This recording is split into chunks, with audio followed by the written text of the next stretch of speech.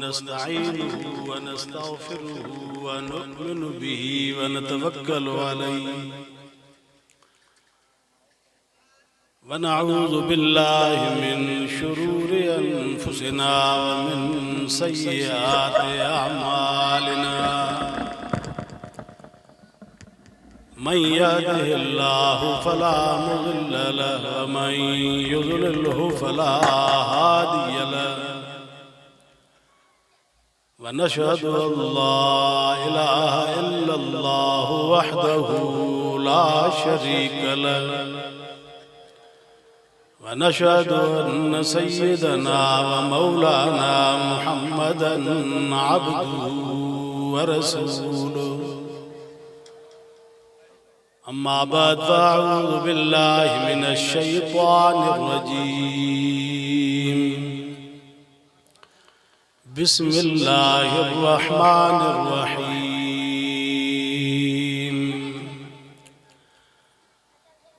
من عمل صالحا من ذكر أو أنثى وهو مؤمن فلنحيينه حياة طيبة ولنجزينهم أجرهم بأحسن ما كانوا يعملون صدق الله مولانا العظيم وصدق رسوله النبي الصادق الأمين ونحن على ذلك لمن الشاهدين والشاكرين والحمد لله رب العالمين إن الله وملائكته يصلون على النبي يا أيها الذين آمنوا صلوا عليه وسلموا تسليما اللهم صل على سيدنا محمد النبي الأمي وآله وبارك وسلم عدد خلقك ورضا نفسك وزنة عرشك ومداد كلماتك وعدد كل معلوم لك دائما أبدا मुझा मोहतरम दोस्तों भाई अज जो प्रोग्राम असांजे बिरादरन गुल मोहम्मद साहब पंहिंजे इन मदरसे जे हवाले सां रखियो आहे जंहिंमें तव्हां सां शरीक थिया आहियो अल्लाह रब्बुल आलमीन खां दुआ आहे तरफ़ से तव्हां असांजी हाज़िरी खे हिन वेहण खे मंज़ूर ऐं मक़बूल फरमाए ऐं असांजे हिन दोस्त जे महिनत खे अल्लाह ताला क़बूल फरमाए हिन इदारे खे आबाद फरमाए अहले महल जे लाइ अहले इलाइक़े जे लाइ जंगी मुस्लमाननि जे बचड़नि जे लाइ हिन इदारे खे नाफ़े ऐं ख़ैर जो सबबु बणाए अज़ीज़ दोस्तो जायूं इहे ई आहिनि जेके असांजे ईमान जे तहफ़्फ़ुज़ जी ज़मानत ॾियनि थियूं जंहिंमें असांजो मुस्तक़बिल बि महफ़ूज़ थिए थो ऐं जंहिंमें असांजे इस्लामी तहज़ीब बि महफ़ूज़ थिए थी ऐं जंहिंमें असांखे अल्लाह ऐं अल्लाह जे रसूल जे अहकामात जी उनजे पैगामात जी मालूमात बि मिले थी जंहिं मक़सद जे लाइ इंसान खे दुनिया में आंदो वियो आहे उन मक़सद जी मालूमात बि इन्हनि इदारनि मां मिले थी त इंसान दुनिया जे तख़्ते ते छो आयो जॾहिं त हेॾी सारी मख़लूक़ रब साईं पैदा फरमाई आहे त मुंहिंजे अचण जो मक़सदु छा आहे ऐं मूंखे ख़ुदा छाजे करे आंदो आहे ऐं मूंखां कहिड़ो कमु वठणु चाहे थो मुंहिंजे लाइ रब्बुल आलमीन जो पैगाम छा आहे मुंहिंजे लाइ हुकुम छा आहे ऐं मूंखे छा करणो छा आहे मां करे छा रहियो आहियां काॾे वेंदुसि मुंहिंजो मुस्तक़बिल छा आहे इहा सॼी मालूमात असांखे हिन ख़ुदा जी तालीम में जा मिले थी फरमाई इन हाज़ल क़ुरान यहदी लिल्लती हिय अक़वम बेशक ही क़ुरान तो इंसान जो को तव्हांखे सौ रस्तो मुहैया कयो तव्हांजे ज़िंदगी जे मक़सद खां मालूमात खां तव्हांखे ही क़ुरान आगाह कंदो मां अल्लाह जे हुक्मनि खां तव्हांखे हे क़ुरान आगाह कंदो ऐं तव्हांजो मुस्तक़बिल रोशन थींदो इन क़ुरान जे तालीम जे पढ़ण सां वरन त इंसान दुनिया के अंदर जी भी मखलूक रहे थी पान के ईअं ही समझे तो जी बेअकल मखलूक है भी ईअं बेअकली जा कम कंदा इहो इंसान पंहिंजे मुस्तक़बिल खां जॾहिं हुनखे आगाही न मिलंदी तो समझदो तो शायदि मुंहिंजे लाइ सिर्फ़ु दुनिया जो ही जहान आहे जीअं हे भी मखलूक है खाइन था पीअनि था लॻनि था वियामनि था असां भी शायदि ईअं ही आहियूं हालांकि ईअं कोन्हे अल्लाह से असांखे अक़लमंद करे दुनिया में आंदो अल्लाह से असांखे शूर ॾेई करे दुनिया में आंदो रब असांखे इंसानी सूरत ॾेई करे तमाम मखलूकात खां अशरफ ऐं आला रखे छो त अशरफुल मखलूकात इंसान आहे अल्लाह ताला फरमाए तो वलक़द करमना बनी आदम असां इंसाननि खे इज्जत ॾिनी अथसीं दुनिया में हजार अक़साम मखलूकात जा अल्लाह ताला पैदा किया आहिनि दुनिया में पर इन तमाम तर मखलूकात का आला है उत्तम है अशरफ अल्लाह ताला इंसान के कयो शान शौकत के हवाले से भी तख्लीक के हवाले से फरमाए लक़द खलक़नल इंसान फी अहसन तक़वीम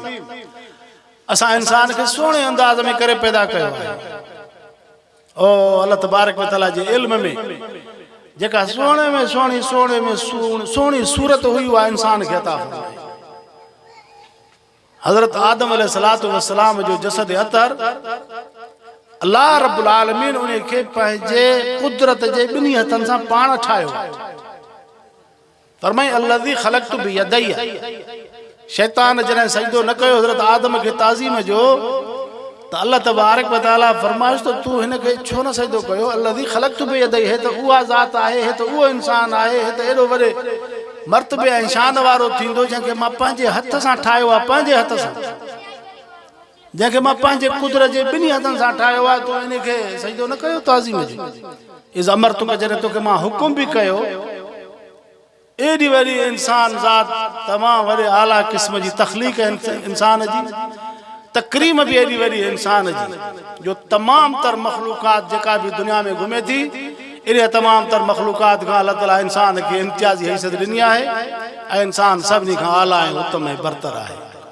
पर हिकिड़ी ॻाल्हि यादि रखिजो असांजी इज़त असांजो एहतराम असांजो विकार ऐं असांजी हैसियत हिन क़ुरान सां बदलंदी हे अल्लाह जो कलाम हे अल्लाह जो फरमान ही रब तबारक व तआला जो पैगाम हर दौर में अल्लाह तबारक व तआला पंहिंजो पैगाम अंबिया जे मार्फत इंसान ज़ात ॾे मोकिलियो कंदे खुदा जो पैगाम आयो तौरात जी सूरत में कंदे आयो इंजील जी सूरत में कन इंसानन के मिलियो ज़बूर जी सूरत में कन इंसानन के खुदा जो पैगाम मिलियो सहीफ़न जे सूरत में तवां असां आखिरी उम्मत आहियूं तवां असांखे हज़ूर पाक सल्लल्लाहु अलैहि वसल्लम जे मार्फत सां अल्लाह से ही क़ुरान उता फरमायो ऐं पोइ अल्लाह ताला फरमाए थो इंसान नबी जा उम्मती आहियो तवां आखिरी उम्मत आहियो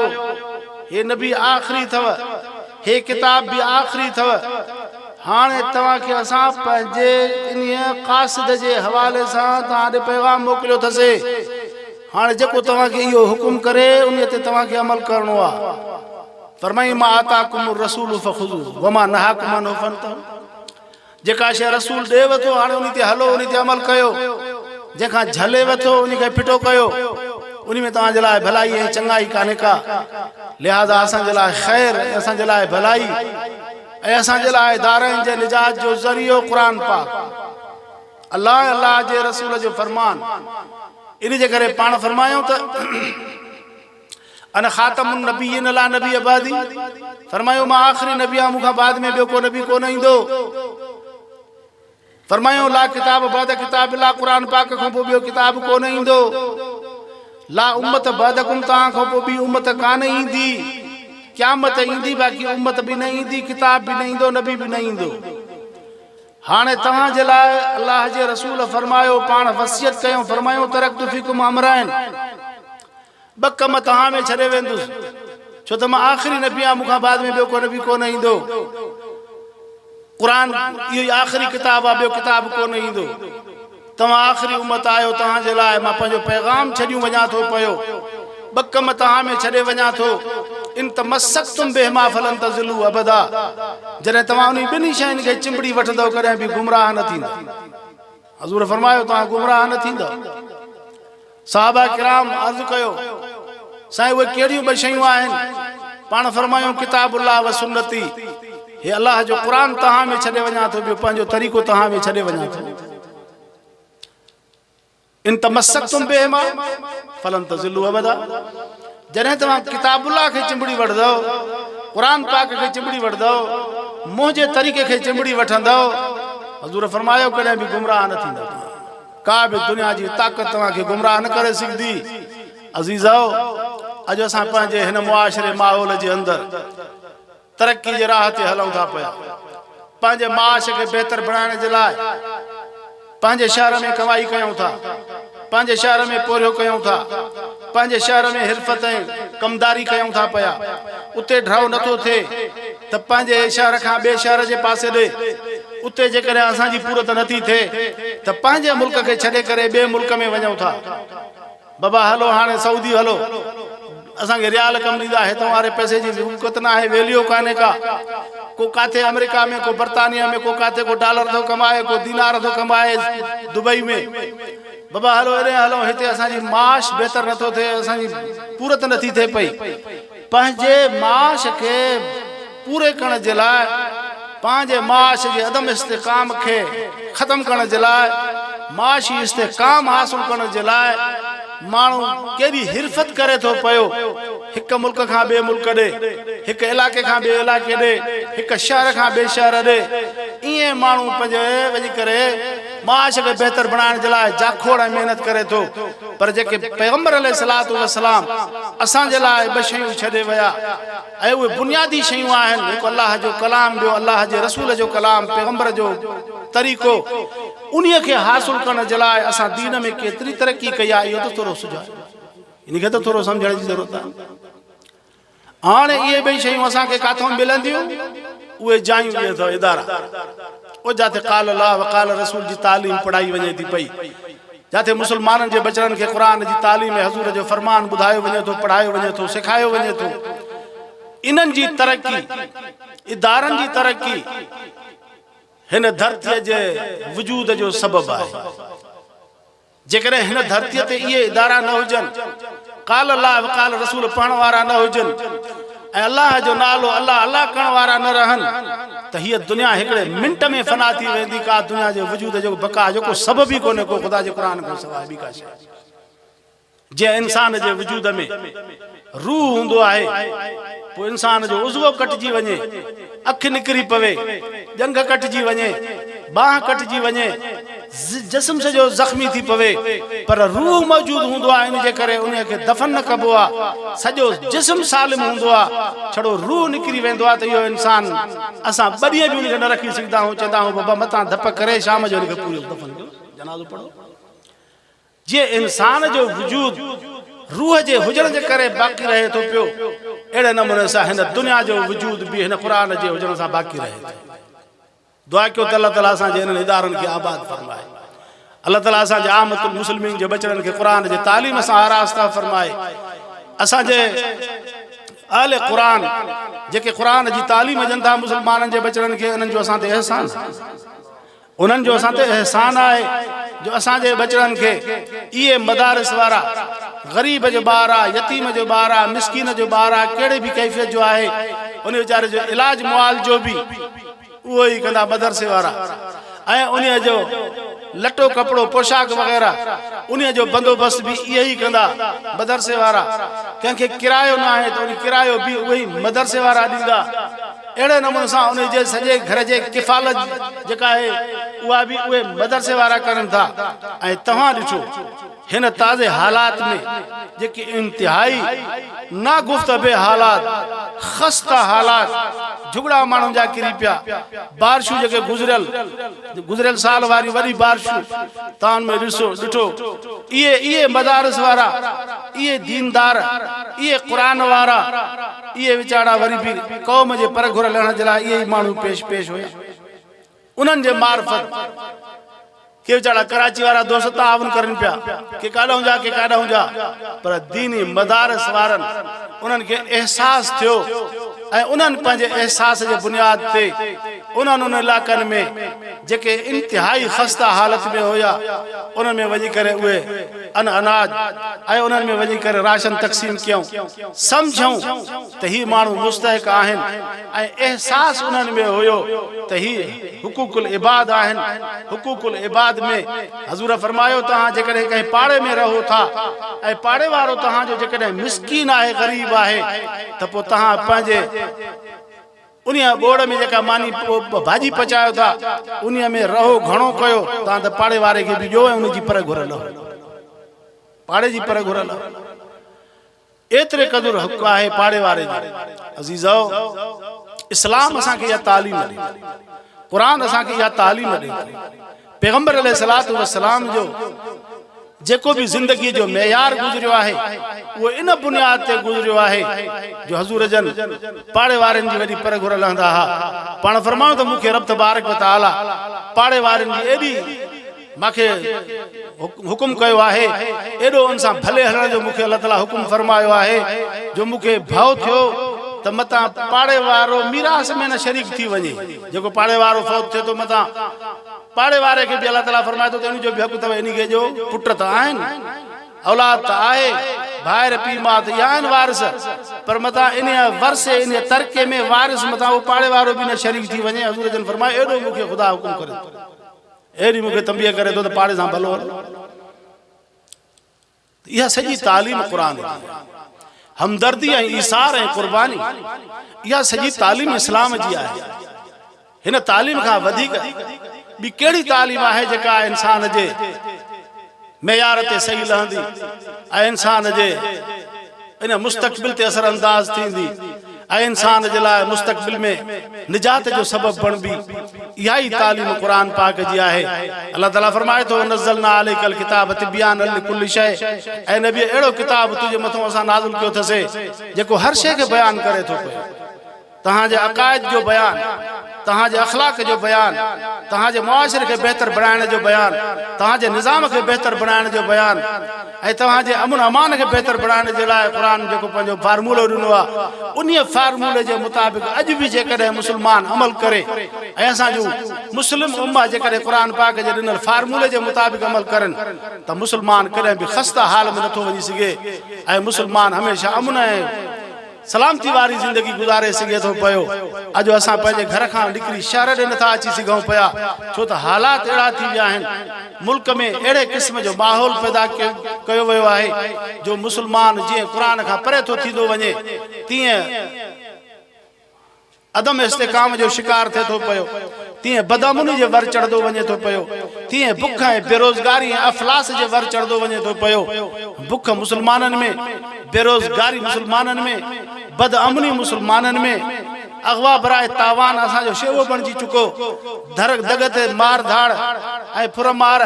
ऐं चोरी हर ॾींहुं आए ॾींहुं आई राति में बारिश जे मौसम में माण्हू वीचारा घर में पिया आहिनि से माल वियो कल रात मींहुं वठो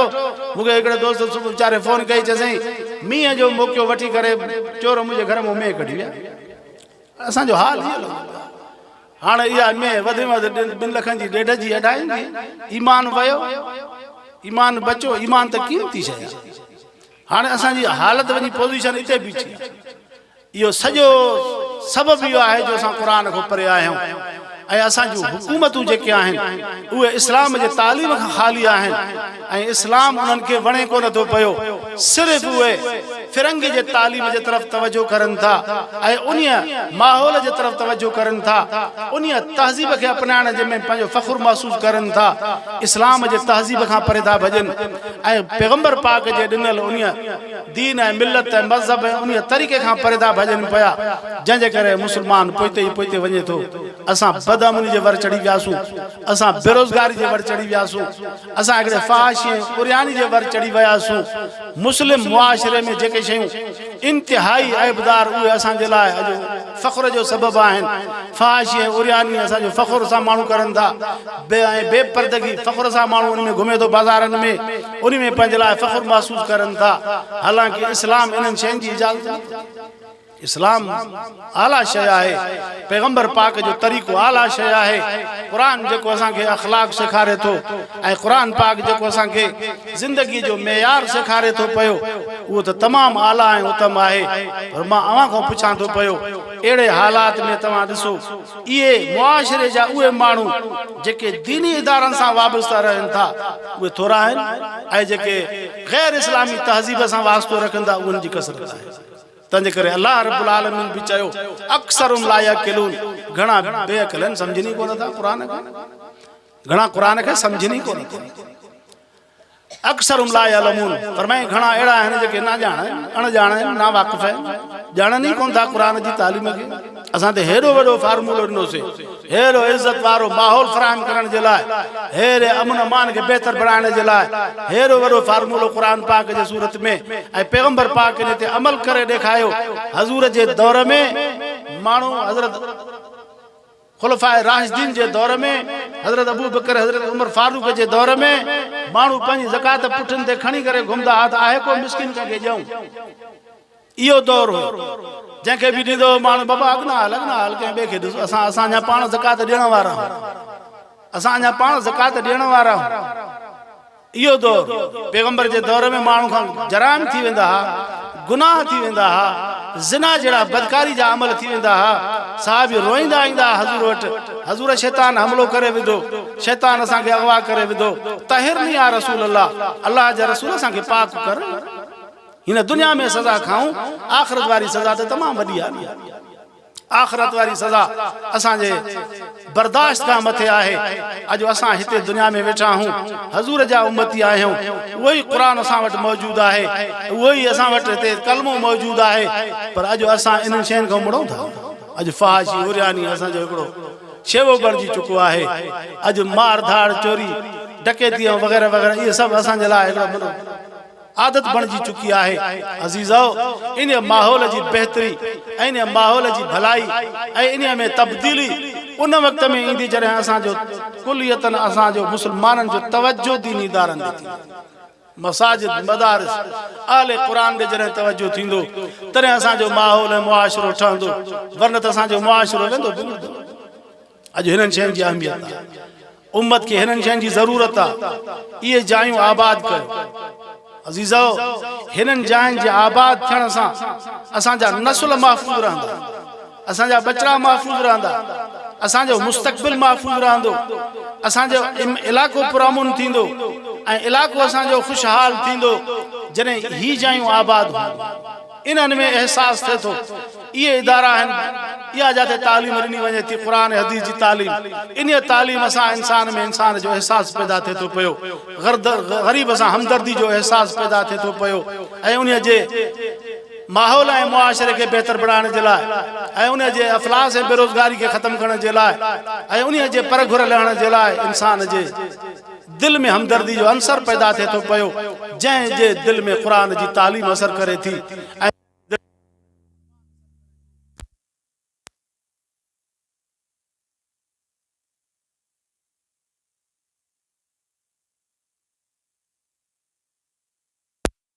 असांजे हिन इदारनि खे हमेशह हमेशह आबाद रखे। असां पंहिंजे दोस्तनि खे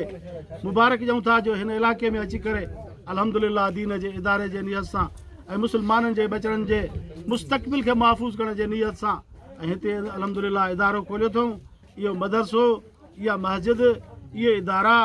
इहे असांजे लाइ दारनि जे निजात जो ज़रियो इहो ई बणिबा, आख़िरत में इज़त जे वधारे जो सबबु बि इहो ई बणिबा ऐं इहे ई असांजे लाइ दारनि जे फलाह जो सबबु बणिबा। जेके बि दोस्त ताउन कंदा उन्हनि जो ताउन इहो ई कारआमद थींदो। बाक़ी त दुनिया जो जान आहे, हर को माण्हू खाई हर को वेंदो, पेट हर को पाले थो, खाए पी हर को थो, जानवर बि खाइनि था, इंसान बि खाइनि था, पर जेको माण्हू दीन जे नाले ते, अल्लाह जे रसूल जे नाले ते ऐं इलाए कलमतुल्लाह जे लाइ ऐं दीनी तालीम जे सरबुलंदी जे लाइ ऐं मुस्लमाननि जे मुस्तक़बिल खे महफ़ूज़ बणाइण जे लाइ जेको हमदर्दी ऐं ख़ैरख़्वाही करे थो पियो,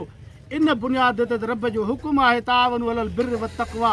नेकी ऐं तक़वा जे कमनि में तावन कयो। पोइ जेको बि मुस्लमान इन्हनि इदारनि सां तावन करे थो इहो बाहिस अजुर थिए थो। तावन इहा मुआवनत हुनजे लाइ बाहिस अजुर बणिजे थी पई, बाहिस निजात बणिजे थी पई। ऐं इहो ई अलाह जे नाले ते ऐं पैगंबर पाक जे इदारनि जे जेको हज़ूर जे जेको तालीम पढ़ी वञे थी ऐं अलाह जे क़ुरान जी तालीम ॾिनी वञे थी पई, इन्हनि इदारनि ते जेको माण्हू ख़र्च करे थो पियो इहो इंसान अजर जो मुस्तहिक़ थिए थो पियो ऐं इन खे ख़ुदा पाण वटि अजुर ज़रूरु अता फरमाईंदो। इन जे करे अलाह ताला फरमाए थो वल नजज़ियन्नहुम अजरहुम बिअहसनि मा कानू यामलून, यकीनन असां नेक अमल जो नेक बदिलो पंहिंजे ॿारनि खे मुहैया कंदासीं। फरमाए मन अमिल सालिहन मिन ज़करिन औ उन्सा वहुव मुमिनुन फलनुहयियन्नहु हयातन तय्यबा, जेके भी नेक अमल करनि था ईमान जे सूरत में, ईमान जी हालत में, जेके भी इंसान मर्द आहिनि चाहे औरतूं आहिनि नेक अमल करनि था, अल्लाह ताला फरमाए थो असां उनखे पाकीज़ा ज़िंदगी अता फरमाईंदासीं ऐं यकीन उनखे नेक अजर जो नेक बदिलो भी मुहैया कंदासीं। अल्लाह रब्बुल आलमीन खां दुआ आहे त अल्लाह तबारक व तआला असां जमी उम्मत मुस्लिमा खे हिननि जायुनि ते ख़र्च करण जी तौफ़ीक़ अता फरमाए, तावन करण जी तौफ़ीक़ अता फरमाए ऐं असांजे इन टके पैसे सां जेकॾहिं अल्लाह जो नालो रोशन थिए थो पियो त मुंहिंजे दारनि जे निजात जो ज़रियो इहो ई कमु काफ़ी आहे। इन जे करे भी मूंखे अल्लाह वटि निजात इज़त मिली सघे थी पई जो मुंहिंजे पघर जे पोरे मझां टके पैसे मझां को मुस्लमान जो बचड़ो पढ़ी पियो ऐं उहो आलिम थी पियो, उहो मुफ़्ती थी पियो, उहो कारी थी पियो, उन वञी पंहिंजो वरी मदरसो खोलियो, उन वरी पंहिंजा तालिब पढ़ाया। उहो जेको माण्हू जेको इब्तिदा में जेको तावन करे थो उन में उन सॼे जो हिसो दुआ कयो अल्लाह ताला असांजे हिनकार ख़ैर खे मंज़ूर ऐं मबरूर भी फरमाए। अल्लाह ताला असांजा जेके भी दोस्त पाड़े जा जेके तावन हिन महिल ताईं कयो अथऊं तावन भी क़बूल फरमाए ऐं रब तबारक व तआला मज़ीद जेके ज़रूरियात उनखे भी पूरे करण जी असांखे तौफ़ीक़ अता फरमाए। अल्लाह ताला असांजे बिरादरन गुल मोहम्मद साहब जे मेहनत खे काविश खे मबरूर फरमाए, मंज़ूर फरमाए, दारनि जे निजात जो सबब भी बणाए। आख़िर दावाना अल्हम्दुलिल्लाहि रब्बिल आलमीन। अल्लाहुम्मा अरिनल हक़्क़ हक़्क़न वरज़ुक़ना इत्तिबाअ, अल्लाहुम्मा अरिनल बातिल बातिलन वरज़ुक़ना इज्तिनाबा, अल्लाहुम्मा वफ़िक़ना लिमा तुहिब्बु व तर्ज़ा, अल्लाहुम्मा अहसिन आक़िबतना फ़ी उमूरि कुल्लिहा वअजिरना मिन ख़िज़्यि दुनिया व अज़ाबिल आख़िरह, रब्बना इग़फ़िर लना व लिइख़्वानिना अल्लज़ीना सबक़ूना बिल ईमान वला तजअल फ़ी क़ुलूबिना ग़िल्लन लिल्लज़ीना आमनू रब्बना इन्नका रऊफ़ुर रहीम। व सल्लल्लाहु तआला अला ख़ैरि ख़ल्क़िही मुहम्मद व आलिहि व अस्हाबिहि अजमईन।